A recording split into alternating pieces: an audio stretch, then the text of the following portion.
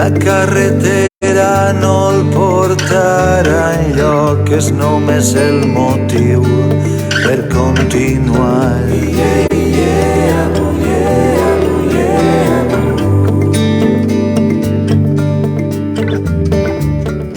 Continuamos, seguimos en la sintonía de Radio Clara, en Lliure Direct, en este espacio que dedicamos a las entrevistas, a vuestra participación.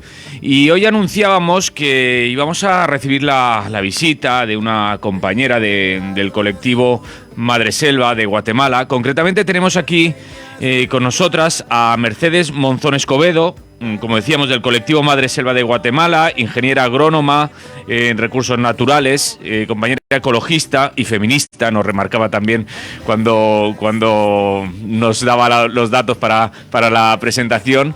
Y como decimos, la tenemos ya por aquí. Buen día, buenos días. Buenos días, ¿qué tal? ¿Cómo estás? Buenos días, muy bien, Mercedes. Aquí estamos. Decir que gracias a las compañeras de Periferia que nos han invitado a poder entrevistarte, y queremos aprovechar que estás por aquí para que nos cuentes, nos expliques cuál es el trabajo que venís realizando en Guatemala, y concretamente que nos presentes en principio el colectivo Madreselva. ¿Quiénes sois Madreselva en Guatemala? Ya. Pues el colectivo Madreselva nace después de los acuerdos de paz, de la firma de los acuerdos de paz en Guatemala en el año 97, como una iniciativa política ecologista que quería acompañar la defensa de los bienes naturales en Guatemala. Para esas fechas no existían, digamos, políticas públicas que brindaran protección real a pues los bienes naturales del país, ¿verdad? Durante ese tiempo que se inició el trabajo se apoyó mucho la iniciativa de la creación de áreas protegidas, ¿verdad? Todo lo que es la reserva de la biosfera maya y otras, digamos, partes del país que tenían mucha selva, estaban siendo ya intervenidas de manera mucho más fuerte, ¿verdad? Y pues una de esas iniciativas fue pues bloquear esa parte, ¿no? Y ir acompañando al Estado de Guatemala a declarar áreas protegidas en el país. Posteriormente, Madreselva va evolucionando, ¿verdad? Sufre ese cambio de solo pedir áreas protegidas y cambia un poco más a su acción ecológica política, ¿verdad? Dicen, bueno, no podemos andar declarando a diestra y siniestra áreas protegidas sin consulta. Esa fue una de las primeras situaciones donde se empezaron a cuestionar todos las compañeras de Madreselva, porque de hecho una característica de Madreselva fue que en sus meros inicios eran únicamente mujeres. Habían hombres, pero la mayoría eran mujeres, ¿no? Y feministas. Y pues luego hacen este cambio de pensamiento y se empiezan a enfocar un poco más al trabajo comunitario, ¿verdad?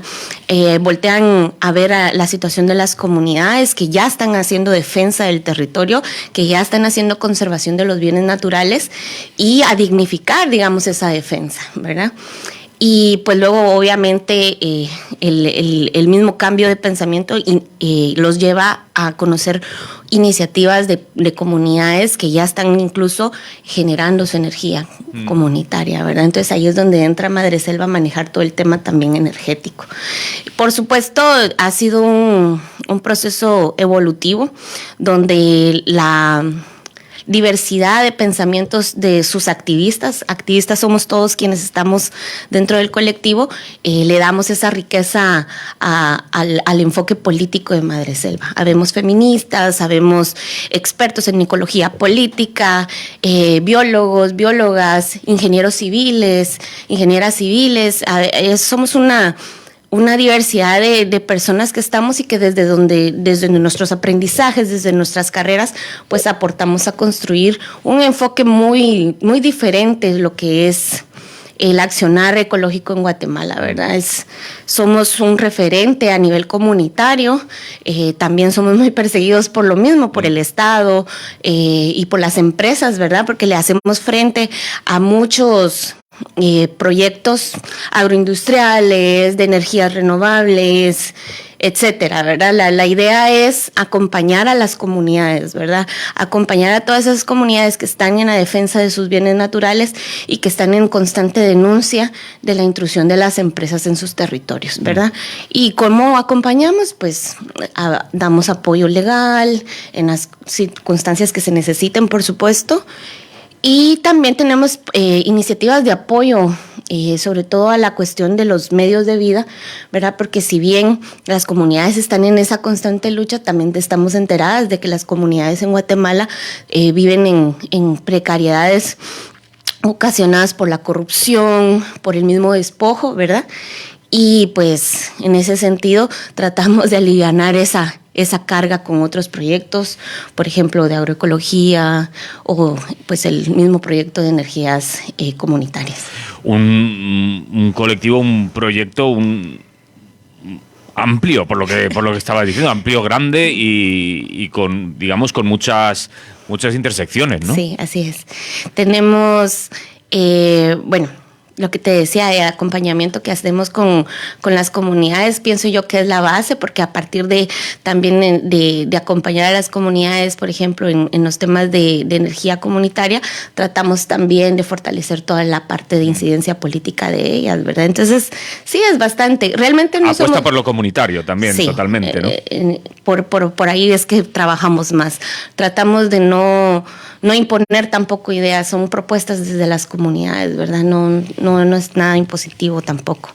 Entonces, sí, somos muy diversos y diversas ahí.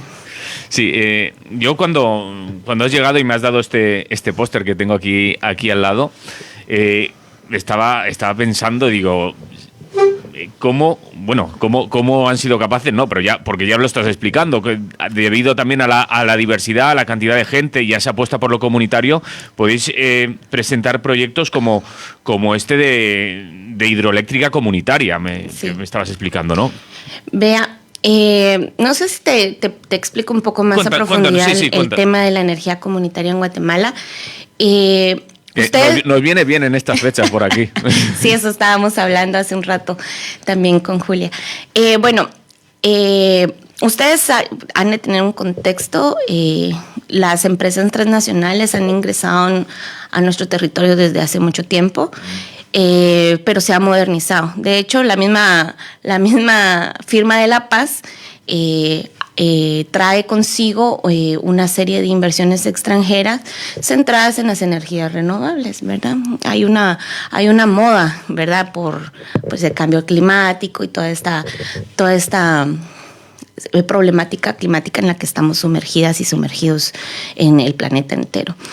Entonces, en Guatemala se han ido aprobando proyectos de energía hidroeléctrica. Son proyectos de magnitudes grandes. Creo que el caso más conocido por estos rumbos será el de la empresa OSHEC, que es una empresa que es del Real Madrid. De Florentino. El mismo. Y que es financiada por, obviamente, otros capitales, no solamente el de él. Hay una gran diversidad. Y pues, obviamente, han atacado comunidades como Cabón, que es la más representativa, inclusive con consecuencias muy graves, como la criminalización de compañeros y compañeras de indígenas de las comunidades, ¿verdad? Pero así como ese, hay otros montones de proyectos. O sea, tenemos en cuenta más de 42. Hay un mapa en una página que se llama Industrias Extractivas de Guatemala. Te voy a buscar el link y te lo voy a compartir, que es un observatorio en donde pues ahí podemos identificar todos los proyectos que están en potencia, los que ya están en ejecución y los que están para más adelante. Entonces, muchas comunidades en ese sentido se han cuestionado, y Madreselva ha acompañado ese pensamiento de, bueno, si vamos a decir que no a estos proyectos extractivos, a estos megaproyectos que destruyen la tierra, dañan la biodiversidad, desvían el río, nos quitan el agua y toda esta, ¿qué hacemos? ¿No? Porque hay una tendencia en Guatemala y en en general en Latinoamérica, que nos llaman a todas estas personas que estamos en contra de esto, que estamos en contra del desarrollo. Mira. O sea, somos vividores y vividoras de los conflictos, ¿no? De hecho, así me han dicho en muchas ocasiones, ¿no? Entonces es como, bueno, ¿qué hacemos frente a esto? Porque tenemos que, o sea, políticamente también tenemos que tener una propuesta. Tenemos que empujarla. Y pues Madreselva conoce la experiencia que estás viendo en el póster. Es una experiencia que nace desde la comunidad. Quiero recalcar que esta experiencia no fue de Madreselva, sino que esta fue una experiencia de una comunidad, la Unión 31 de Mayo, que es una comunidad CPR, las comunidades CPR, creo que ustedes sabrán o han hablado tal vez de ellos. Pero explica. Las CPR son comunidades en resistencia que huyen en el tiempo de la guerra en los 80s a las montañas y se refugian en estos lugares, ¿no? Con toda la precariedad del mundo, ¿verdad? Y de hecho hay muchas iniciativas, sobre todo de las Islas Canarias, de aquí de España, que acompañaron a estas comunidades durante ese tiempo, ¿no? De huir de la violencia y de la guerra, ¿no? Y entonces cuando se logra firmar la paz, estas comunidades logran un acuerdo con el gobierno de ese momento, en mesas de diálogo y de negociación muy grandes, de mucho tiempo, pero logran acceder a tierra, que era por su derecho, ¿verdad? Pero bueno, en el contexto es como Guatemala, es bien difícil acceder a la tierra, y que ellas hayan logrado eso es una muestra de fuerza y de resistencia, ¿no? Y al conseguir esa finca, digamos, ese espacio de tierra, acompañados por estos mismos hermanos canarios que los queremos mucho, se sientan y hacen un diagnóstico participativo, y en ese diagnóstico, o sea, tomemos en cuenta que es una comunidad metida en la selva más recóndita de Guatemala, en medio de montañas, con una cantidad de bienes naturales increíbles, ríos, bosques, o sea, hay de todo en lo que llamamos nosotros la zona reina, que es nuestra parte de intervención. Y entonces decide la comunidad y dice, bueno, nosotros queremos luz. ¿Cómo hacemos para tener luz? Es claro que el Estado de Guatemala no nos va a traer luz, porque estamos muy lejos del primer poste o del último poste, ¿no? de energía. Entonces, ¿cómo vamos a hacer? ¿Podemos hacer algo diferente? Y entonces los compañeros canarios les dicen, bueno, podemos generar luz. El agua da luz. ¿Y cómo es eso? Entonces les interesó la idea y empiezan la construcción de su proyecto. Lamentablemente, por la misma cuestión de los recursos y lo aislado del territorio, fue muy difícil llevar a cabo el proyecto y que funcionara adecuadamente, ¿verdad? Y ahí es cuando llaman a Madreselva. Entonces dicen, miren, nosotros somos una comunidad, tenemos energía, pero no está funcionando bien. Necesitamos a alguien que nos ayude. Y entonces varios compañeros viajan a conocer el proyecto, se enamoran de la idea del proyecto y se toma como una idea que se tiene que trabajar y apoyar, ¿verdad? Y en ese sentido, pues entonces se crean las turbinas comunitarias, que son turbinas comunitarias, le dice la comunidad.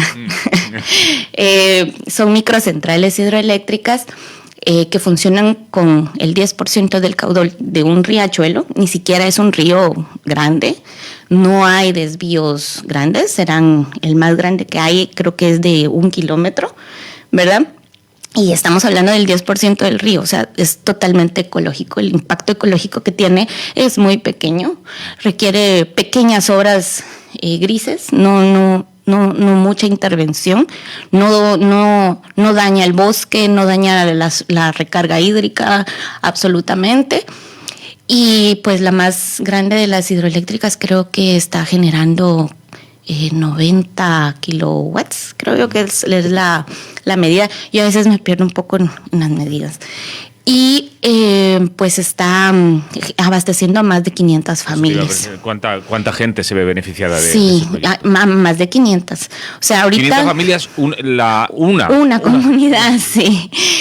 Y ahora voy, ¿verdad? A partir de esta inicial, que es la de la Unión 31 de Mayo, las demás comunidades que estaban alrededor de la 31 de Mayo, que no son comunidades en resistencia, sino que eran comunidades que allí vivían, dicen, no, pues si ellos tienen luz, nosotros también, el Estado no nos va a responder, y al contrario de eso, le da permiso a empresas como la de Florentino Pérez a que entren a nuestros territorios, que depreden la selva, que depreden el río, ¿verdad?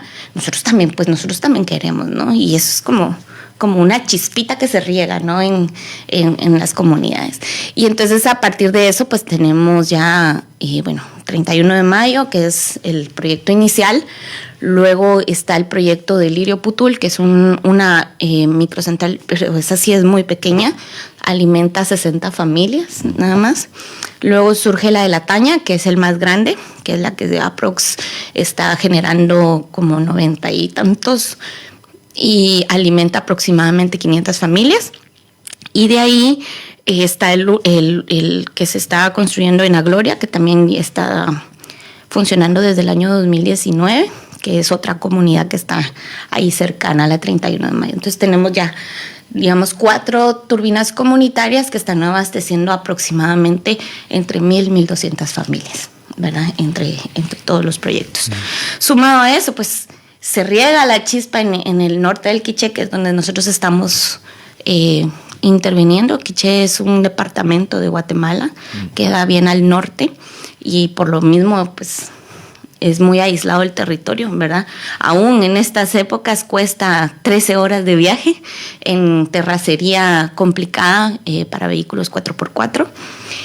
Y pues bueno, las comunidades, que son más de 150, se han ido organizando y han pedido, se han acercado al colectivo Madre Selva a pedir: nosotros también queremos nuestra turbina comunitaria. Claro, porque todo esto, imagino, hará que aumente ese vínculo comunitario, esas ganas de crear comunidad, ¿no? Y crear esos proyectos conjuntos.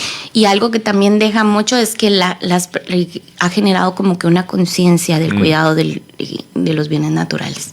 Porque acompañado de eso, pues obviamente el colectivo pues hace la gestión con algunas asociaciones amigas, como es Periferias, Pan para el Mundo. O sea, hay una diversidad de organizaciones que nos acompañan y nos apoyan, y alrededor de eso también se va trabajando la conciencia ambiental. Las comunidades saben que el agua viene de la montaña, que viene del bosque, ¿verdad? Y por lo tanto se apegan más al cuidado de estos bienes, ¿no?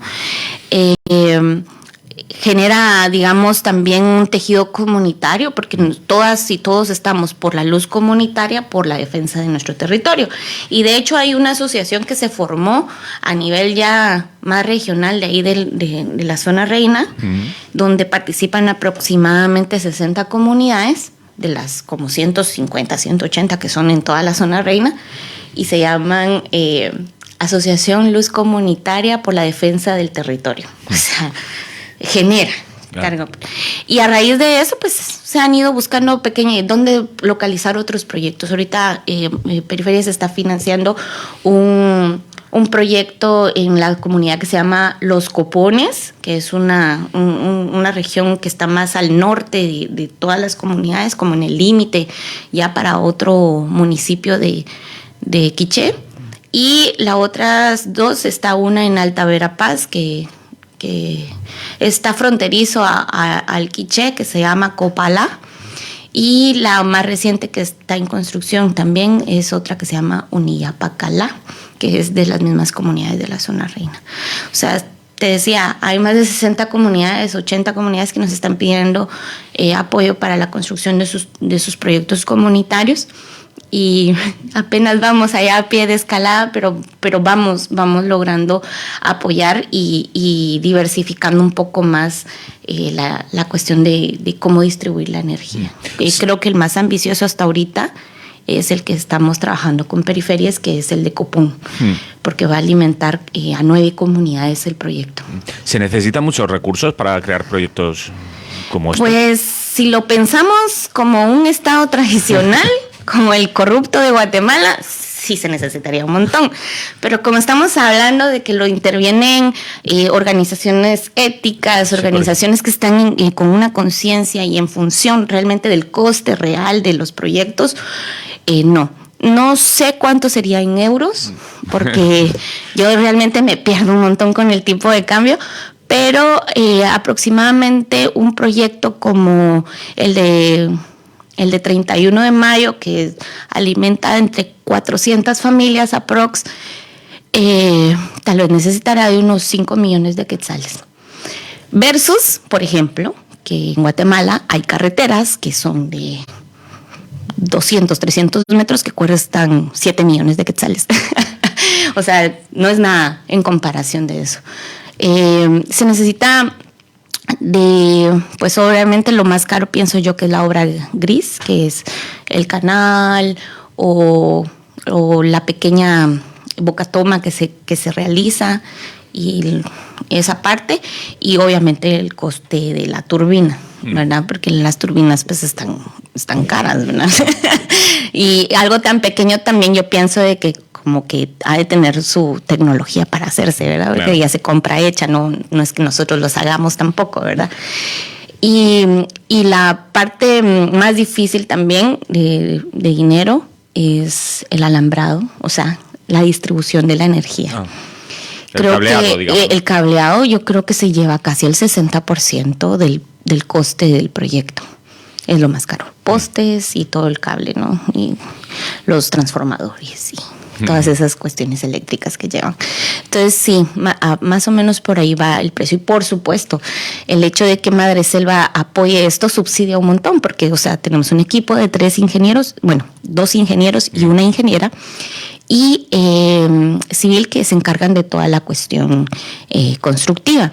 De ahí se contrata o se subcontrata una empresa que se encarga de la cuestión eléctrica, ¿verdad? Y pues todo el trabajo político, organizativo, de acompañamiento, lo hacemos el resto de activistas, y ahí pues por ahí me ven a mí, que trabajo con las mujeres, que trabajo con agricultura y otras cositas, sobre todo en el tema de la conservación de la microcuenca donde se instala, digamos, el proyecto hidroeléctrico. Sí, porque eso te iba a decir yo también. Esto también viene vinculado, la soberanía energética de la que estamos hablando ahora, también con proyectos de soberanía alimentaria, ¿no? Viene todo en el mismo pack, como aquel que dice. ¿No? Por cierto, acabo de encontrar un conversor quetzal guatemalteco equivale a 0,12 euros. O sea, para que nos hagamos una idea. ¿Cuánto has dicho que de presupuesto más o menos? Hagan como unos 5 o 6 millones por ahí de muy bien, quetzales. para que la gente se lo... Unos 2 millones de euros aún más, ¿no? ahora no vaya, me pasé, creo. No. Es 1 millón. Sí, más o menos. No llega a 705.000 euros aproximadamente. Nos sale por aquí. Ya ven. Para hacernos una idea, más o menos. Más o menos. Yo soy la perdida en el tipo de cambio. No, esto es el San Buscador que tenemos aquí en el ordenador que nos lo ha traducido. Como te decía, todo esto vinculado también, estos proyectos de soberanía energética con proyectos de soberanía alimentaria, desde perspectiva de género, que nos incidían también, ¿no? Sí. Bueno, obviamente por la colonización. Ahí, bueno, vamos a responsabilizar a la colonización, que tiene su carga. Hay conductas en las comunidades aprendidas por generaciones donde se reproduce el machismo, se reproduce la violencia, también el impacto de la misma violencia, de la guerra, de los proyectos extractivos ha generado una situación a veces de conflicto intercomunitario, y nosotros intentamos mediar esa parte.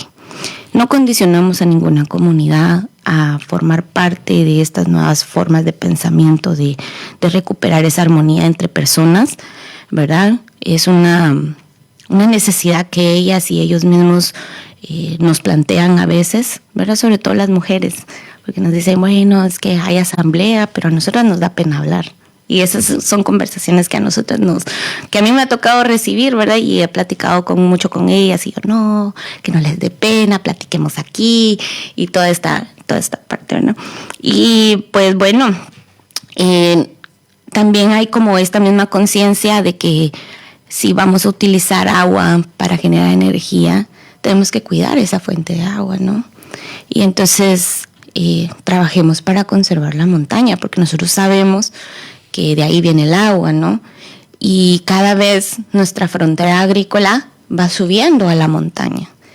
Y va subiendo a la montaña porque nuestra productividad no está muy bien, está muy baja, ¿verdad? ¿Qué pasa? ¿Cómo hacemos para cambiarlo? Porque una de las condiciones de tierra de la zona reina es que es muy pedregoso, no hay suficiente suelo cultivable, ¿verdad?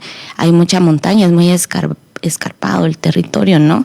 Y entonces no es que tengan altas producciones de alimentos, ¿verdad? Por supuesto, hay toda una cuestión de alimentos nativos de la región, pero depender únicamente de eso no termina de complementar la alimentación de las familias.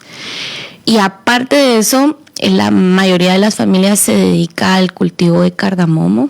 El cardamomo es un cultivo de exportación de Guatemala, es uno de los más importantes, pero es muy mal pagado. Y el hecho de que sea muy mal pagado y que se vuelva como que la base de la economía local, vulnera mucho más a las familias, porque hay veces que lo pagan bien y hay veces que lo pagan muy mal. De hecho, ahorita está mal pagado. Ahorita está 100 quetzales el quintal, o sea, a un quetzal la libra. Si hablamos de euros, pues no es ni un centavo de euro, creo yo. Entonces, imagínense, para cortar una libra de cardamomo se requiere, qué sé yo, de 1 hora de trabajo, ¿verdad? Es a mano, despacito, y con una cantidad de riesgos también, ¿verdad? Hay serpientes, hay el calor y toda esta parte, ¿verdad? Entonces, pues sí, se necesita, digamos, de fortalecer esa parte. Entonces, Madreselva ha estado apoyando a las comunidades para la generación de diversificar los cultivos de las familias, de no mantener una dependencia, digamos, única al cardamomo, y que apoye, digamos, toda esta parte de sostenibilidad que tienen los proyectos de energía comunitaria. Y entonces trabajamos en la línea agroecológica, ¿verdad? La idea es apoyar a las familias para que tengan parcelas más diversas, con otros productos que puedan generar otros ingresos económicos, pero que no tengan un impacto ecológico en la región y que ayuden a frenar el incremento de la frontera agrícola, y con eso, pues obviamente conservamos el proyecto de energía comunitaria. Es un hilito, sí, ¿verdad? Y esto lo trabajamos con las mujeres específicamente, porque las mujeres necesitan una batería de energía para poder generar su participación, porque están resignadas, digamos, al trabajo de cuidado, que lo político y lo participativo se vuelve algo que no es necesario para ellas, tal vez. Bueno, tal vez necesario sí es, pero no es una prioridad para ellas, y mucho menos para los compañeros, ¿verdad? Entonces, esto lo que ha hecho es de que se han formado grupos de mujeres que ahora pues ya se conocen entre ellas en las comunidades, ya platican entre ellas, y pues también ya hay discusiones políticas, ¿no? Ya hay compañeras que hemos visto desde que empezamos el acompañamiento que por su propia voz y al estarlas ahí incentivando y todo esto, pues se paran en asambleas, y hay líderes innatas también, ¿verdad? Pero que estas compañeras que antes se mantenían lejos de esa actividad, ahora ya están en esa parte, y eso es ver, digamos, que solo se necesitaba la chispa, ¿verdad? Para alborotar a las hormiguitas, ¿verdad? Para que vayan ahí apoyando. Entonces, un poco por esa parte es que trabajamos. Es algo muy holístico, no tratamos de que solo energía. No. Aquí tenemos que trabajarlo todo porque es necesario. Si realmente queremos que un proyecto sea sostenible, necesitamos que toda la población esté involucrada, los jóvenes, los niños. Hay huertos escolares donde hablamos de qué es la energía. Les explicamos a las compañeras cómo funciona una turbina, porque muchas veces pues ni siquiera llegamos a eso. Los hombres son los que están enterados de cómo funciona el tornillo que está ahí, que no sé qué, y así. Y las compañeras no, entonces ahora pues ya lo hacemos, lo socializamos con ellas, porque el conocimiento es poder.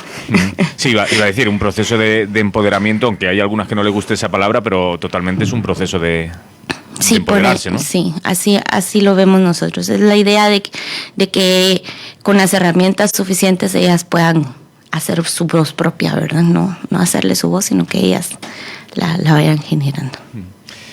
Pues Mercedes, si quieres, ahora vamos a intentar llamar a compañeras, por ejemplo, de aquí que aquí en Valencia están también haciendo frente a esos procesos, digamos, macroprocesos de plantación de macrorrenovables que se encuentran hoy aquí en Les Corts, asistiendo a un debate parlamentario, y que nos cuenten lo que están viviendo por allí. Pero yo sí que te preguntaría, te diría también que todo esto que estás explicando, nos decías antes, también se está haciendo frente a unas políticas de un Estado que no va por esa misma línea, ¿no? Sino que lo que hace es, supongo, intentar poner zancadillas a estos procesos. Así es, de hecho, son los que detonan la persecución contra líderes comunitarios.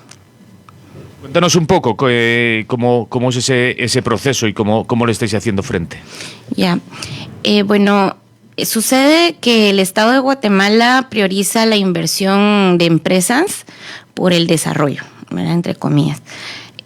Lo prioriza por la cuestión de la inversión, que va a generar empleo, que eso va a generar, pues, economía, diversificación de la economía, etcétera, ¿verdad? Pero lo hace a costa de la entrega de los territorios indígenas a estas empresas. De hecho, es muy opaca la forma en que estas empresas adquieren la tierra donde empiezan a ejecutarse, ¿verdad?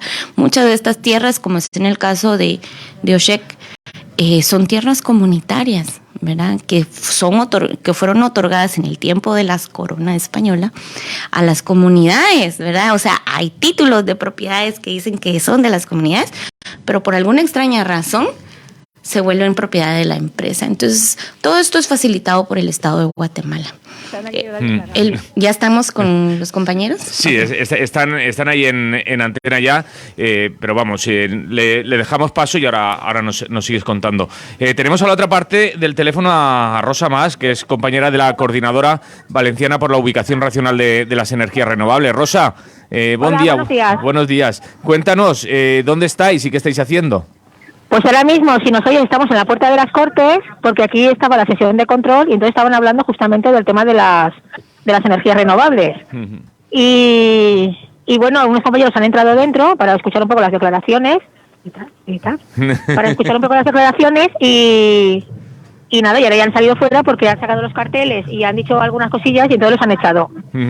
Porque ¿qué os han podido contar de lo que se ha dicho ahí dentro de las Cortes? Pues ahora te pasaré con Julio, que es un compañero que ha estado dentro y que lo explique mejor, pero bueno, lo que están hablando es lo de siempre, que sí, que hay que hacerlo bien, o sea, ellos nos dan la razón de boquilla, que sí, que pasó también la manifestación del sábado, que sí, que hay que hacerlo bien, que ellos lo van a tener en cuenta, van a tener en cuenta el territorio, no arrasar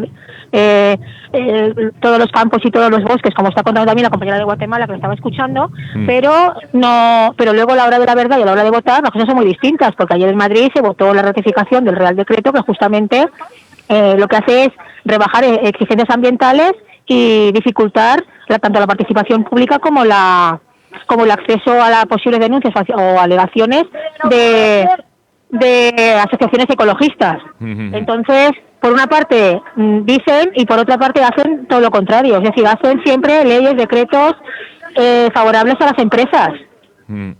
Es decir, buenas palabras, pero las acciones van por otro lado, ¿no? Claro, las acciones van por otro lado completamente. Entonces, como siempre, estamos reivindicando que el modelo sea distribuido, solidario, que sea de pequeñas instalaciones y no de megaparques fotovoltaicos que van a arrasar todo el territorio del interior. Es exactamente lo mismo que ocurre en Guatemala y en cualquier otro territorio en el que podamos estudiar el mismo asunto. Además, como nos estaba explicando la compañera Mercedes, alternativas existen y se puede hacer de otra forma y hacerlo bien, ¿no? Exactamente, pero es que además incluso los estudios lo están avalando. Es decir, al principio el argumento siempre era que no era suficiente con los tejados, que no podía ser, que no había más remedio, pero eso no es cierto, porque la propia Universidad Politécnica ha sacado un estudio según el cual el 99% de la demanda urbana se podía satisfacer, de la ciudad de Valencia se podía satisfacer solamente con los tejados, sin hablar ya de otros sitios. Y tanto la Consejería de Economía Sostenible como Amigos de la Tierra han publicado informes en los que demuestran que se puede generar la demanda de la Comunidad Valenciana, se puede generar perfectamente en terrenos urbanos y urbanizables, sin necesidad de afectar al suelo fértil, ni al agrícola ni al forestal. Entonces, eso tenemos que tenerlo muy en cuenta, porque su argumento siempre es que no es suficiente, que no puede ser, pero nunca nos dicen las cifras. Cuando alguien dice, no es suficiente con los tejados, vale, pero ¿cuánto no es suficiente?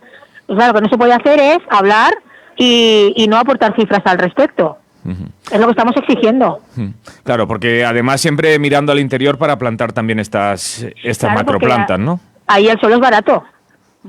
Para hacer Esa negocio. es la única razón. El suelo es barato, luego van especulando, porque ni siquiera todos los proyectos luego se van a llevar a cabo. Unos se llevarán a cabo, otros se revenden en el mercado de las energías. Es decir, eso es lo mismo que pasó con el fracking y con la burbuja inmobiliaria, exactamente igual. Es decir, ni siquiera hay proyectos reales en muchas de las ocasiones, sino simplemente de especulación. Entonces lo que se está haciendo es facilitar un modelo que está en manos de los de siempre, porque parece ser que nadie se pregunta ahora por qué hay que hacer una transición. Si tenemos que hacer una transición es porque el modelo anterior no ha funcionado. No se puede seguir con el mismo modelo igual y ahora vendiendo que vamos a seguir igual derrochando en lugar de con petróleo con renovables, porque eso es mentira, eso no se puede hacer. Es inviable y además es éticamente inaceptable. Ahora que está la compañera de Guatemala, quisiera recordar que el estado de bienestar del que hemos disfrutado durante unos años se ha basado siempre en el expolio de otros recursos de otros pueblos y en la miseria de millones de personas. Entonces, y ahora el modelo que se vende es exactamente el mismo. No hay una transición, hay una ampliación de negocio. Sí. Muy bien. Mercedes, no sé si quieres decir alguna cosa. No, es que es la misma manera en que actúa el Estado de Guatemala. Lamento mucho escuchar y hoy me estaba poniendo un poco en contexto porque una vez también piensa que todas estas situaciones ecológicas pasan solamente en su territorio y cuando salís y te das cuenta que están en las mismas situaciones, sentís que no hay nada más que hacer, pero yo pienso que la resistencia es lo más importante. Creo que se cortó, ¿no? Sí. No, se escucha. Ha hecho algún ruido extraño el micro, pero se ha entendido. Rosa, no sé si quieres apuntar, añadir algo más, y si no, si Julio nos quiere contar lo que han hablado allí dentro, que nos... Y así que te explique lo que ha escuchado ahí dentro. Muy bien, muchas gracias, Rosa, por atendernos. Perdón, es que estaba... Dígame. Julio, soy Manolo de aquí de Radio Clara, y vale. nos estaba contando, nos estaba explicando Rosa que tú has estado dentro y has podido escuchar un poco lo que se ha hablado allí en el debate, ¿no? En el debate parlamentario. Bueno, digamos que la síndica de Podemos ha hecho su exposición en la línea de siempre, en el sentido de respetar los espacios naturales, que el modelo cambia, pero el señor presidente le ha contestado que bueno, que sí, que van a intentar hacer las cosas de una forma diferente, pero lo de siempre, que el cambio climático está aquí y que tenemos que tener en cuenta que las instalaciones tienen que ir hacia adelante. Nosotros hemos sacado las pancartas y hemos gritado un poco y lógicamente pues nos han expulsado. hasta ahí puedo decir. Pero sabemos que ahora se va a reunir el presidente con los consellers para, seguramente, entendemos, definir y aclarar en este momento qué plantas van a salir adelante y cuáles les van a denegar la vía. O sea, que estamos esperando. Muy bien, porque, Julio, de todas formas, la lucha de la coordinadora valenciana por la ubicación racional de las energías renovables no concluye con la manifestación del sábado, no concluye con el acto de hoy, sino que esto va para largo, ¿no? No, tenemos que retomar, porque realmente, como dice la pancarta nuestra, un altre model es posible y la idea es insistir. No podemos hablar de momento qué medidas vamos a ir tomando, pero está claro que no vamos a parar. Muy bien, Julio, no sé si quieres añadir algo más, si no lo dejamos por aquí, seguimos hablando ahora con Mercedes, que tenemos por aquí. Muy bien, muchas gracias. Muchas gracias a ti por Venga, atendernos. Un abrazo, hasta luego. Salud. Mercedes, nos decías, al final escuchamos y en todos los sitios parece que pasa lo mismo, ¿no? Sí, se forma de la misma manera. Pienso de que no hay como un permiso o una consulta a los territorios sobre qué tipo de proyecto van a ir a instalar a su territorio, y entonces se crea toda esta discrepancia por el territorio, ¿verdad? De quienes estamos viviendo en ese territorio, lo queremos defender porque lo conocemos y es nuestro, ¿no? Y sabemos qué es lo que hay y lo queremos cuidar y que se mantenga bien, ¿no? Y la situación que están ustedes pues es muy similar a la que viven las comunidades en Guatemala, sobre todo en el tema de las energías, ¿verdad? El presidente de Guatemala hace varias entrevistas atrás ha hablado de cómo la inversión extranjera es importante para el territorio y para la dinámica de la economía, y de hecho creo que acaba de venir aquí a España y creo que estará todavía, porque ayer vi las noticias de que andaba por acá. Y se echa todo un rollo de que va a llegar más inversión extranjera y que los españoles, van a llegar allá y van a dinamizar la economía con la inversión. Y inversiones como la de OSHEC, como la de Renace, que son empresas que allá están despojando a los territorios indígenas de sus tierras, de su agua. Los que despojan aquí, despojan allí, ¿no? Son los mismos. Hay que tenerlos bien guachados, bien vistos, decimos en Guatemala, guachados, ¿no? Para ver bien quiénes son y así a ellos estarles recalcando que en nuestros territorios no pueden entrar, ¿verdad? Y pues bueno, crean toda esta conflictividad en el territorio y son escudados por los gobiernos. De hecho, no hay oportunidad ni siquiera de llevarlo a lo que ustedes están haciendo ahorita, están adentro del Parlamento y que están discutiendo cómo hacerlo, ¿no? Allá no hay esa oportunidad, allá el proyecto llega, se instala y ¡pum! Cuando ya está allá muchas veces es que hay reacción, y cuando ya hay reacción el Estado lo que hace es escudar a las empresas porque pierden capital. De hecho, hay empresas, yo no sé si en el caso de Guatemala, pero yo me he enterado que en Latinoamérica hay empresas que al momento de no poder seguir su inversión, demandan al Estado de Guatemala, al Estado de donde están haciendo el despojo, porque invirtieron una cantidad y como hay conflicto social, ya no pueden invertir, entonces el Estado les debe dinero. O sea, no pierden, nunca van a perder. Aquí cerca tenemos experiencias también del Florentino Pérez en un almacén... el proyecto Castor, que se llamaba, en el subsuelo, que provocaba terremotos. Se canceló el proyecto y aún le tuvimos que dar Florentino dinero. Pérez es un jodido, ¿verdad? es tremendo el señor siempre, no, sí, por eso no miramos fútbol. Eso es una de tantas, pero podemos mirar más, que seguro que tiene más ejemplos de estos. Sí. Frente a eso, bueno, esto nos estaba diciendo que esto es lo que provoca la represión del Estado de Guatemala, sí. Y nos estabas contando un poco también cómo poder afrontarla, ¿no? Desde el colectivo, desde los colectivos que hacéis frente a esta represión. Ya, bueno, una de las primeras cuestiones que cuando llegamos a un territorio que está en esa disputa con el Estado y con las empresas, nosotros tenemos un manual de resistencia ecologista. El manual de resistencia ecologista lo que brinda es como herramientas de cómo poder hacerle frente sin llegar a cuestiones que puedan generar criminalización. Tratamos de cuidar esa parte, porque cuando el Estado te criminaliza, pasa lo que le pasó a Bernardo Caal, que por un desarmador, por un cargador de celular. Es que es el caso de Bernardo, es por un cargador de esos alambres que se conectan para cargar el teléfono. Sí. Le hacen un caso de robo. Ok, ¿por qué no haces un caso contra la empresa que se está robando el río y que deja a más de 500 familias sin agua en el tiempo de verano, y en invierno deja salir todo el agua para que se desfogue y no importa qué pase allá abajo? Porque eso no es un delito, pero robarse el cargador del celular de la empresa sí es un delito que amerita 7 años en prisión, que fueron los que cumplió don Bernardo. Bueno, don Bernardo creo ya salió libre por una... ¿Cómo se dice? Como que por buen comportamiento y toda esta parte, y logra salir, pero ahorita tiene otros 2 casos atrás de criminalización. O sea, llegar a eso es bien difícil para él, para su familia, para su comunidad, para la resistencia.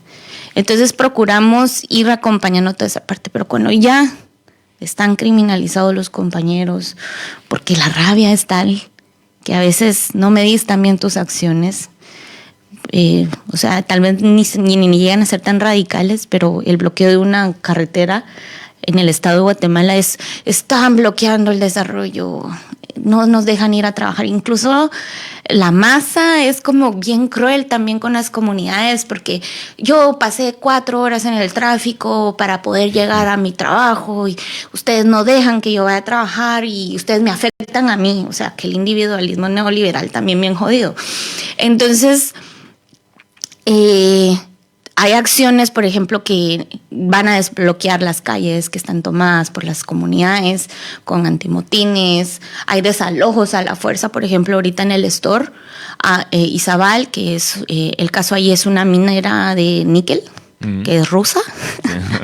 Y en ese caso están desalojando a diestra y siniestra el territorio. O sea, comunidades que ven sus casas, sus animales, sus ropas quemadas por el mismo Estado de Guatemala, que debería de proteger sus intereses y su bienestar, son los mismos que afectan eso. Y yo no sé si aquí pasará, pero no tienen ni idea de lo que se siente ver la comida deshecha, o sea, tu cosecha de maíz que tenés guardada en tu casa, que se supone que es un espacio seguro, quemada por el ejército de Guatemala o por la policía de Guatemala, que se supone que te tiene que resguardar, ¿no?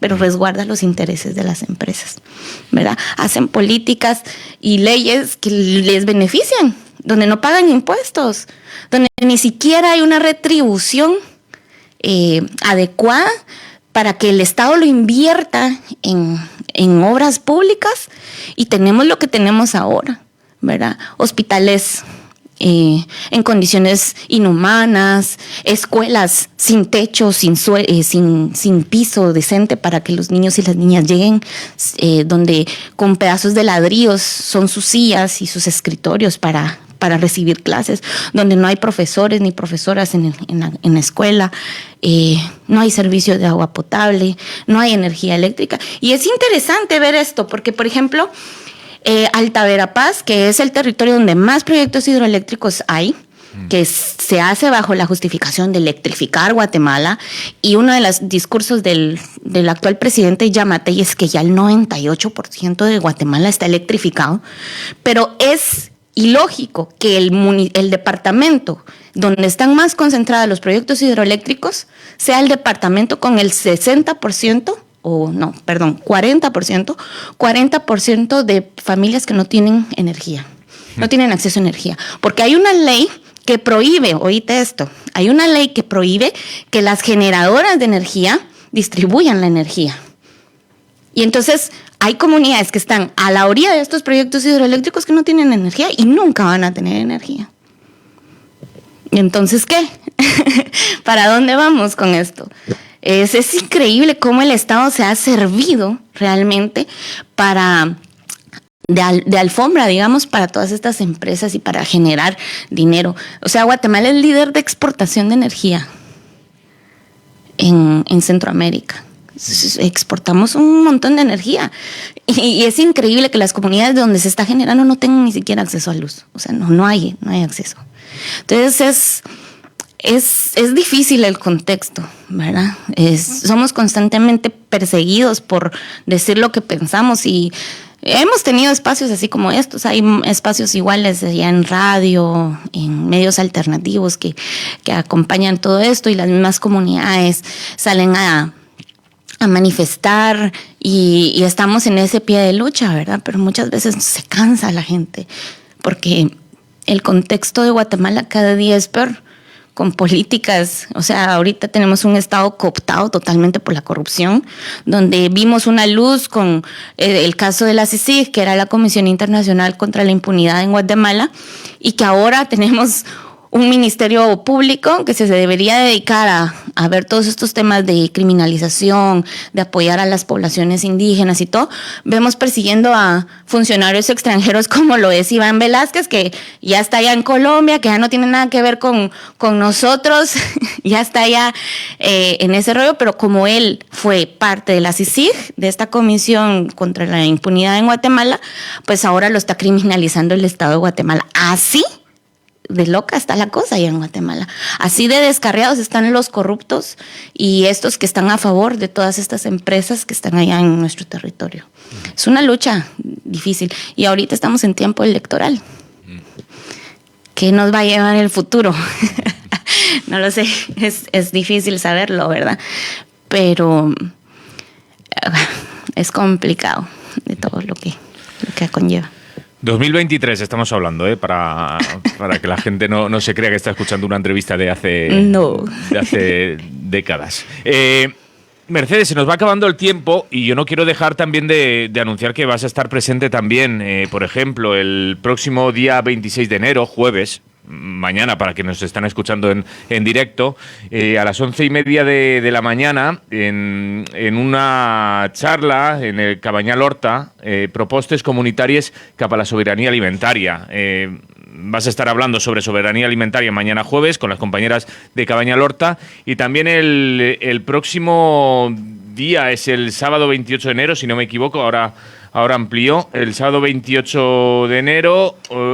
No, a ver, es el sábado 28 de enero, me confirman, sábado 28 de enero, dentro de las jornadas sobre minería y medio ambiente, vas a estar también participando en estas jornadas, también invitado por las compañeras de la Coordinadora Valenciana por la Ubicación Racional de las Energías Renovables, en una mesa de diálogo, cómo hacer una transición ecológica autogestionada y desde lo local, experiencias de Guatemala y el País Valenciano. Ahí también estarás participando, es decir, tienes una agenda completita, Mercedes. Sí, de aquí al 30 de enero vamos a estar por aquí y pues yo feliz de compartir con ustedes las experiencias de las compañeras y compañeros del territorio y pues para servirles.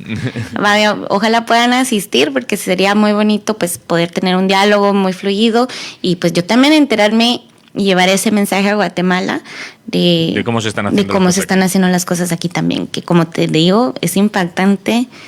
Pues uno sabe que hay cosas así, pues, pero no se imagina que a esos grados, pues.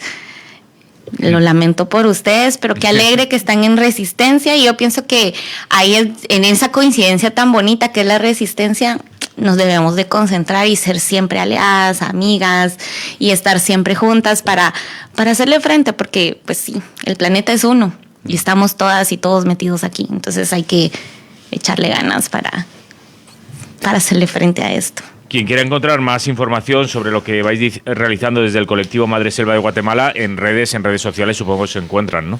Sí, como colectivo Madre Selva, en Facebook, Instagram, Twitter y por correo también electrónico.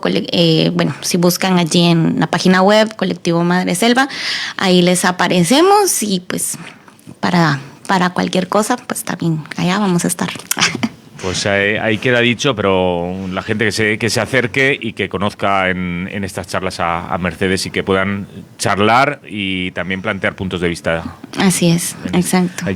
Mercedes Monzón Escobedo, colectivo Madre Selva de Guatemala, ingeniera agrónoma, de recursos naturales, ecologista, feminista. Muchas gracias por venir aquí al Lliure Directe Radio Clara. Un abrazo. Gracias, adiós. Salut. Lliure Directe Radio Clara i nosaltres amb esta entrevista també s'acomiadem ja fins demà, que tornarem a estar així amb totes i tots vosaltres a este espai d'entrevistes del Lliure Directe de Radio Clara. Salut i fins demà.